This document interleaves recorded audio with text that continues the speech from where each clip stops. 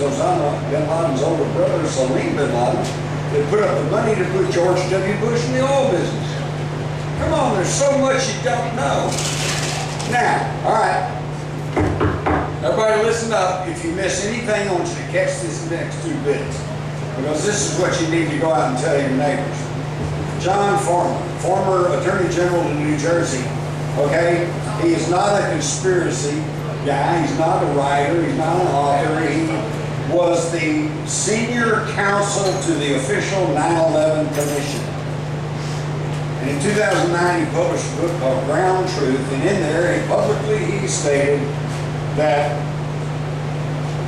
the 9/11 Commission staff discovered that the official version of what had occurred, that is, the government and what the government, military officials had told Congress, Commission, media, and the public about who knew what when was almost entirely and inexplicably untrue. And the next page, he says, at some level of the government, at some point in time, there was an agreement not to tell the truth about what happened. So when somebody says 9/11 truth, hey, what's the matter with you? Aren't you patriotic? Say, hey, the head of the chief lawyer of the 9/11 Commission said the story they gave us is untrue. What is unpatriotic about asking for the truth? All right.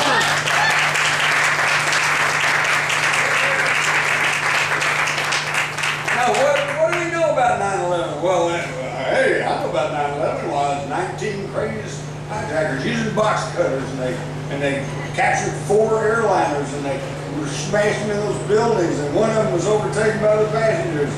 How do we know this? None of you know this. You weren't there. I don't know that. I wasn't there. All right. How do we know this? You know why? Because really it all comes back to there were these phone calls. But the phone calls usually went through third parties, and there was really none that was actually direct phone calls, none that were recorded, none that we ever actually heard. We just heard from people who said they heard this.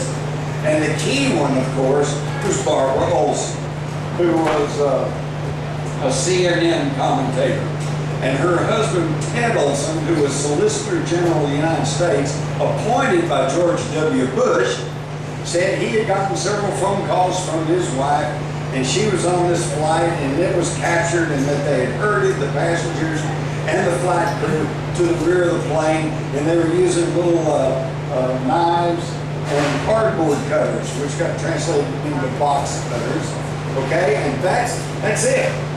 Okay, now the problems began immediately, because first it was pointed out that in 2001 you could not use a cell phone to make a phone call from a high-flying jet. So Ted Olson backpedaled and said, well, obviously she used the telephone in the back seat of the airplane, one of those radio telephones. But then they checked and found out the flight she was on did not have the backseat telephone. So he's kind of stuck with that. And then he said he got 3 or 4 calls, and finally he said, well, it's only 2. And then the clincher came in 2006 with the trial of Zachariah Missouri, who was an admitted member of Al-Qaeda, but who was already under arrest on 9/11, so it didn't have anything directly to do with 9/11. But the FBI came into court ready to prosecute him like mad, and as they're wont to do, they brought in all these details and all this evidence, including transcripts and the data for all the phone calls made that morning. And guess what? It turns out there was only one attempted call by Barbara Olson, and according to the FBI, it was unconnected. In other words, folks, there was no call from Barbara Olson. So everything you think you know, and everything your neighbors and your friends and the other people in Dallas and North Texas and the United States, everything we think we know about 9/11 is just a total fraud based on nothing. And I'm sure you're well aware of all of the residue of thermite that was found in the World Trade Center. And that was widely publicized in Europe. It's a peer-reviewed scientific document, and yet here you don't even hear about it. Now, in 2008, we finally got to swap Bush's National Socialism, because that's what it was, with all the socialism going to the corporations, for Obama's Marxist socialism. What they pulled on us is the old used car salesman's trick. You want to go downtown, you're going to buy a bicycle, but you get hooked up to this used car salesman. He says, come on in. He says, hey, you like the green one?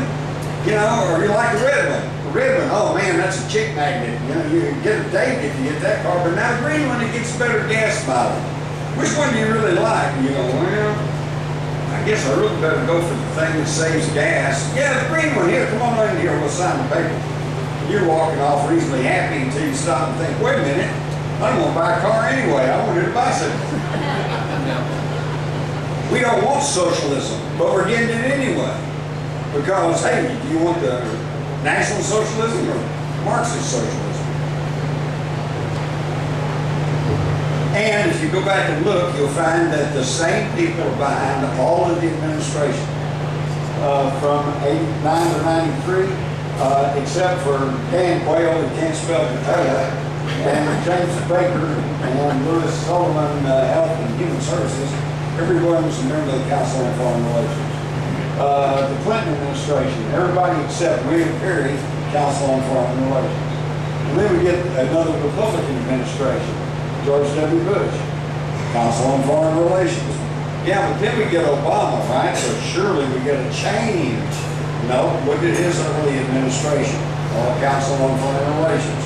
The hand puppets change, but the puppet masters remain the same. Are we a zombie nation? Yes, we are. So we better start figuring out what we're going to do about this, and I think I would be remiss in telling you all of this bad stuff without at least offering you some information on, okay, what are we going to do about all this? All right? Well, here's what we do. First, we got to either audit or abolish the Federal Reserve System.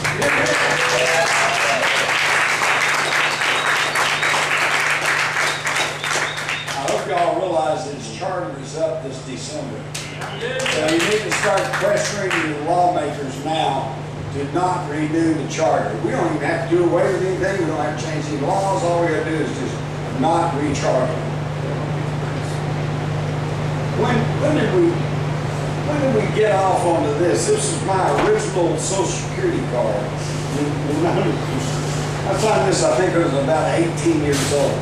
And you notice it clearly states not for identification, but it is now. And it's happened in my lifetime.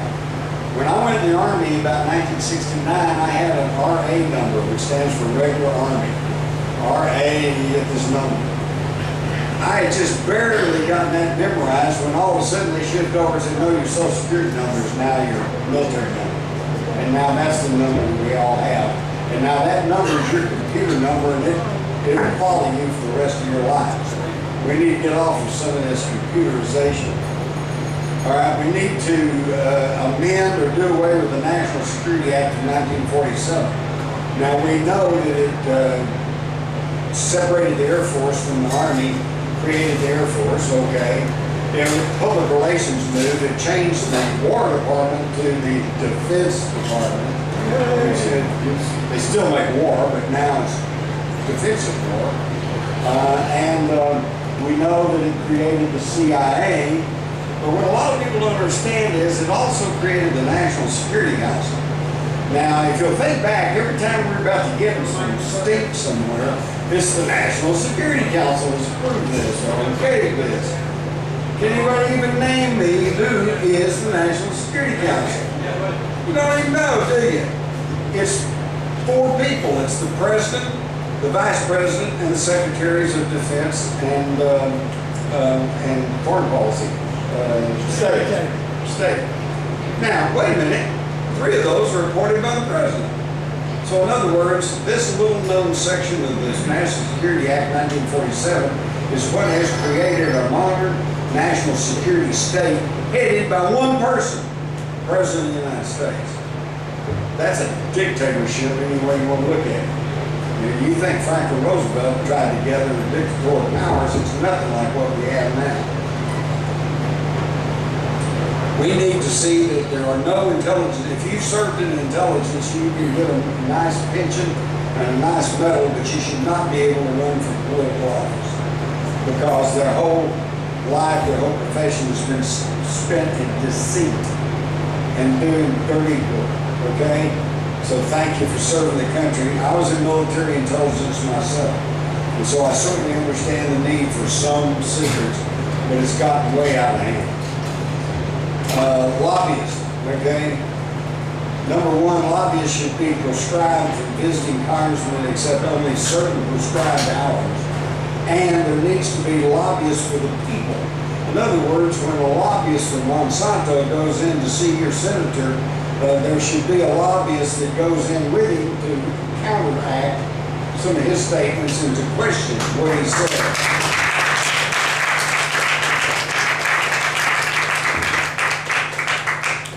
Do away with all these fact-finding junkets and all this way that they spend tax money and the lobbyists get to them. We need to start setting term limits on even right up to the Supreme Court.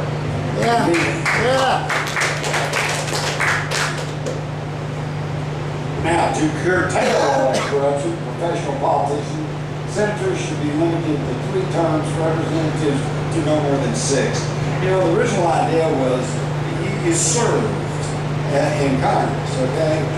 You went around stumped, talked to your friends and neighbors, they elected you to Congress, you went up there, served a few years, then you came back. You went back to actually learning and living. So where did we get to this point now where this is a lifetime profession and your primary duty is to get reelected? The problem is that for all of these things we just mentioned, it's going to require a vote of Congress. And the odds are little but none. These people, here we are in the worst economic depression in this country, actually worse than the Great Depression. There's been more bank failures than during the 30s.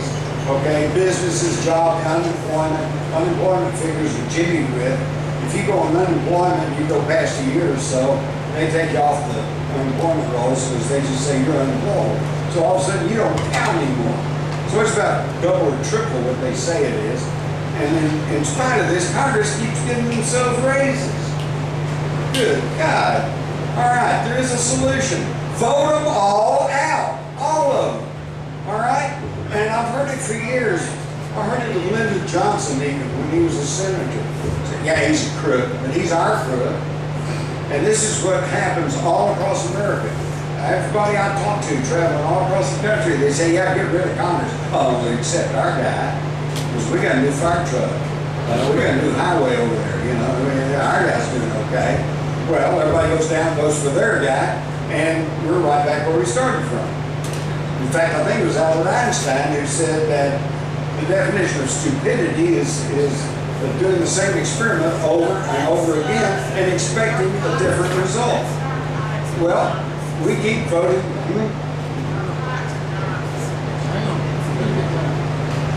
So we keep voting for the same jerks to go back to Washington and then don't understand why nothing changes.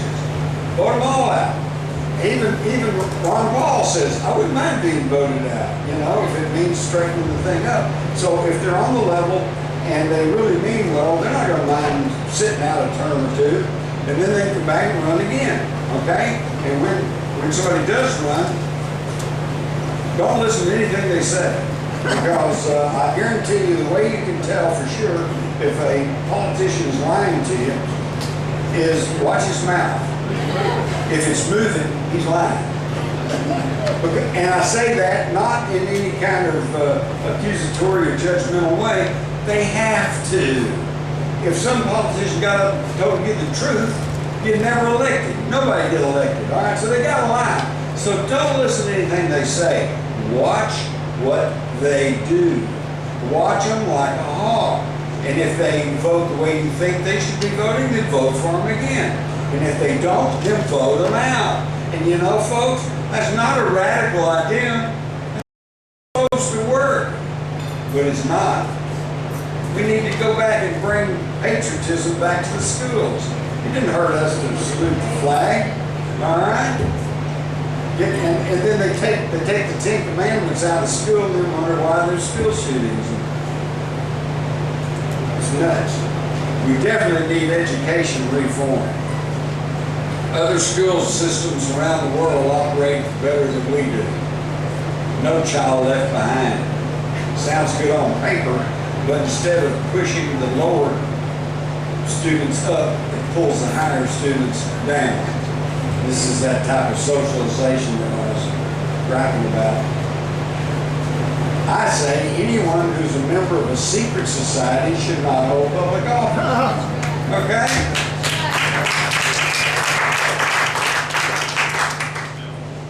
Do away with the Patriot Act. Get this legislation out. And as has been admitted and documented, nobody even read it. And they're still doing this. Chelsea Rand Paul the other day, 666-page bill. They gave it to him that morning and said, we're going to vote on it this afternoon. Hey, I'm a speed reader, and I couldn't read 666 pages and at least understand what it said. I tried speed reading War and Peace one time. Read it 15 minutes. I think it was about Russia. You can't do it. No more cover-up commissions. The next time something happens, when that dirty suitcase nuke bomb goes off and